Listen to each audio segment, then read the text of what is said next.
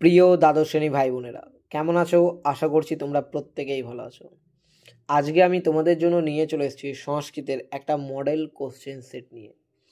এই সেটে ঠিক যেভাবে তোমাদের পরীক্ষায় প্রশ্ন আসে অনুরূপভাবে এই সেটটাকে তৈরি করা হয়েছে, কিন্তু এর একটা বৈশিষ্ট্য রয়েছে যে এই সেটটাতে রাখা প্রতিটা প্রশ্ন পরীক্ষার জন্য সবথেকে বেশি গুরুত্বপূর্ণ। তাই যারা চ্যানেলে নতুন, এখনও চ্যানেলটাকে সাবস্ক্রাইব করনি, অবশ্যই সাবস্ক্রাইব করে পাশে থাকা বেল আইকন প্রেস করতে একেবারেই ভুলো না। আর সংস্কৃতির বিভিন্ন সাজেশন থেকে শুরু করে, ক্লাসেস থেকে শুরু করে, স্ট্র্যাটেজি ভিডিও থেকে শুরু করে সমস্ত কিছু আপলোড করা আছে। যারা দেখোনি অবশ্যই চ্যানেলে যাও, প্লেলিস্ট সেকশনে যাও, সেখানে গিয়ে আমাদের প্লেলিস্টটা দেখে নাও। চলো আজকের এই ভিডিওটা শুরু করা যাক। দেখো, তোমাদের পরীক্ষায় যে প্রশ্নপত্রটা দিবে তার দুটো ভাগ থাকবে, পার্ট এ আর পার্ট বি। পার্ট এতে আমরা যদি দেখি বড় প্রশ্ন থাকবে, সবার আগে থাকবে তোমাদের গদ্যাংশ, অর্থাৎ 4টে প্রশ্ন করতে হবে, প্রতিটার মান 5 করে, টোটাল 20 নাম্বার থাকবে তোমাদের গদ্য পদ্য নাটক এগুলো থেকে। তো দেখো, প্রথমে গদ্যাংশ থেকে দুটো প্রশ্ন দিবে, যার মধ্যে একটা তোমাদের করতে হবে। আমি রেখেছি দুটো প্রশ্ন, স্বর্গ ও আর্যাবর্তের তুলনা আর অলিপর বা কশ্যপের আর্থিক অবস্থার বিবরণ। এই দুটোর মধ্যে যে কোনো একটা প্রশ্ন পড়লেই হবে। তাহলে এর থেকে আমরা বুঝতে পারছি, যদি আমরা বনগতা গুহা বা আর্যাবর্ত ভালো করে মুখস্থ করি, তাহলে পরীক্ষায় একটা প্রশ্ন আমরা কিন্তু কমন পেয়ে যাচ্ছি। অনুরূপভাবে পদ্যাংশ থেকেও আমাদের দুটো প্রশ্ন দেবে, যার মধ্যে একটা করতে হবে। তো আমি দুটো প্রশ্ন রেখেছি, একটা হচ্ছে ভগবান যে নিষ্কাম কর্মযোগের কথা বলেছেন তার লেখো, একটা হচ্ছে গঙ্গার মাহাত্ম্য নিজের ভাষায় লেখো। দুটোই মোস্ট ইম্পর্টেন্ট প্রশ্ন এবছরের জন্য, তাই পদ্যাংশের মধ্যেও কোনো একটা ভালো করে করলেই পরীক্ষায় 100% তোমরা কমন পেয়ে যাবে।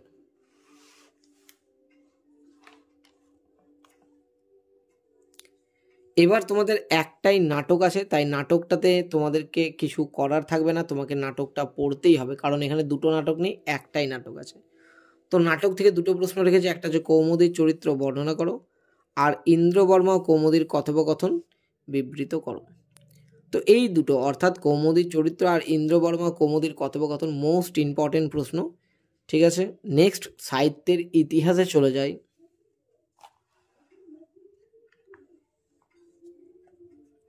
দেখো, সাহিত্যের ইতিহাস থেকে আমি দুটো প্রশ্ন রেখেছি, একটা হচ্ছে গীত গোবিন্দম, একটা হচ্ছে চরক সংহিতা। দুটোই এবছরের জন্য খুবই গুরুত্বপূর্ণ, যার মধ্যে যে কোনো একটা তোমাকে করতে হবে। এবার আমরা চলে আসবো ভাব সম্প্রসারণে। ভাব সম্প্রসারণ তোমাদের দুটো দেয়, যার মধ্যে একটা করতে হয়, প্রশ্নমান কিন্তু 4 থাকে। তো আমি এখানে দুটো রেখেছি, একটা ন কর্মনাম অনারম্ভান নৈষ্কর্ম পুরুষ অশ্নুতে ন হি কুশ্চিত ক্ষণং অপি তিষ্ঠৎ কর্মকৃত। তো এই দুটোর মধ্যে যে কোনো একটা করলে কিন্তু পরীক্ষায় তোমরা, দুটোর মধ্যে যে কোনো একটা তোমাদের পরীক্ষায় করতে হবে।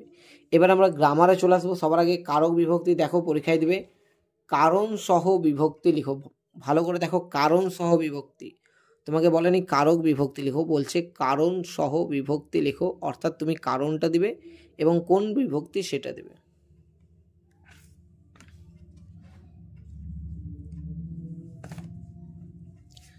আমি তোমাদের জন্য এখানে 4টে কারক রেখেছি, যার মধ্যে 3টে তোমাদেরকে পরীক্ষায় করতে হবে। কবিসু কালিদাস শ্রেষ্ঠ, বিদ্যায়া বিনা জীবনং ব্যর্থম, কাকেভ্য মোদকং রক্ষ, আর কেশসু চমরিং হন্তি।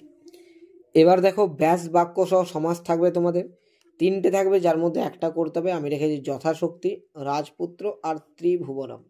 তারপর তোমাদের শব্দ যুগলের অর্থ পার্থক্য আসে, সেখানে আমরা দেখব 3টে থাকবে, দুটো করতে হবে। আচার্যা আচার্যানি রেখেছি আমি, গিরিশ আর গিরিশ রেখেছি, ভুংতে আর ভুংতি রেখেছি।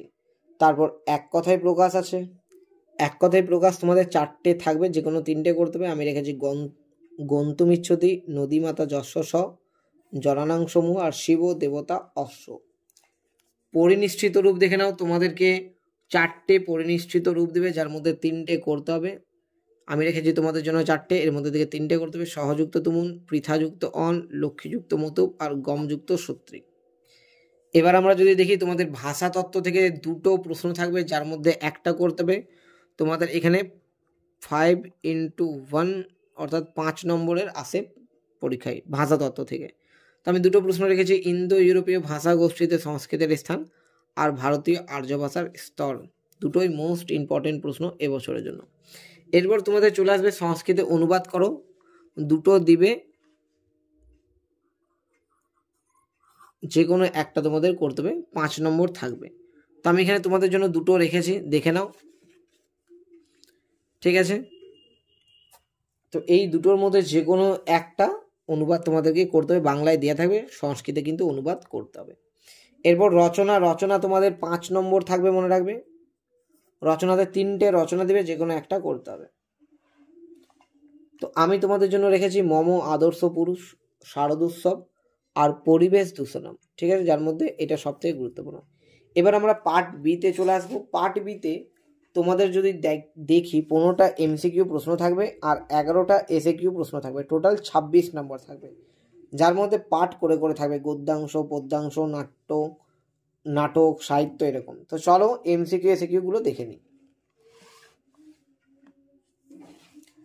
দেখো, সবার আগে গদ্যাংশ থেকে 4টে প্রশ্ন থাকবে, তোমাদেরকে 4টেই করতে হবে। ভগীরথ কোন বংশের রাজা? ইক্ষ্বাকু। নলজম্বু রচনাকারকে? ত্রিবিক্রম ভট্ট। অলিপর্বার ভ্রাতার নাম কি? কশ্যপ। চীনাংশুক শব্দের অর্থ কি? চীন দেশের বস্ত্র।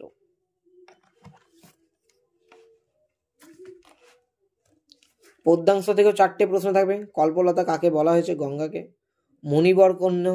মুনিবর কন্যে, এখানে মুনিবরকে? জন্যমুনি। পার্থকে? অর্জুন। কর্মযোগ ভগবদ্গীতার কোন অধ্যায় আছে? 3য় অধ্যায়। তারপর নাট্যাংশের 4টে প্রশ্ন থাকবে, 4টে করতে হবে। কুহু শব্দের অর্থ কি? রাজার নাম কি?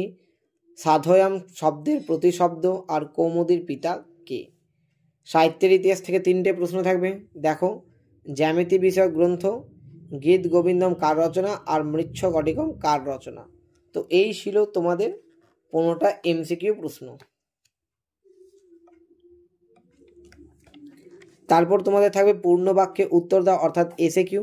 তোমাদের এসএকিউ কিন্তু সংখ্যায় বেশি থাকবে আর তোমাদের করতে হবে 11টা। যেমন গদ্যাংশ থেকে তোমাদেরকে আমরা যদি দেখি,